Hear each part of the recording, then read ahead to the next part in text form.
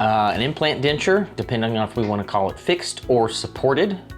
Implant-supported denture is a denture that the patient is able to remove at home in order to engage in their own hygiene protocols, whereas an implant-fixed denture, which is self-explanatory, the denture is fixed to the implants, and typically we use a dental cement to do so.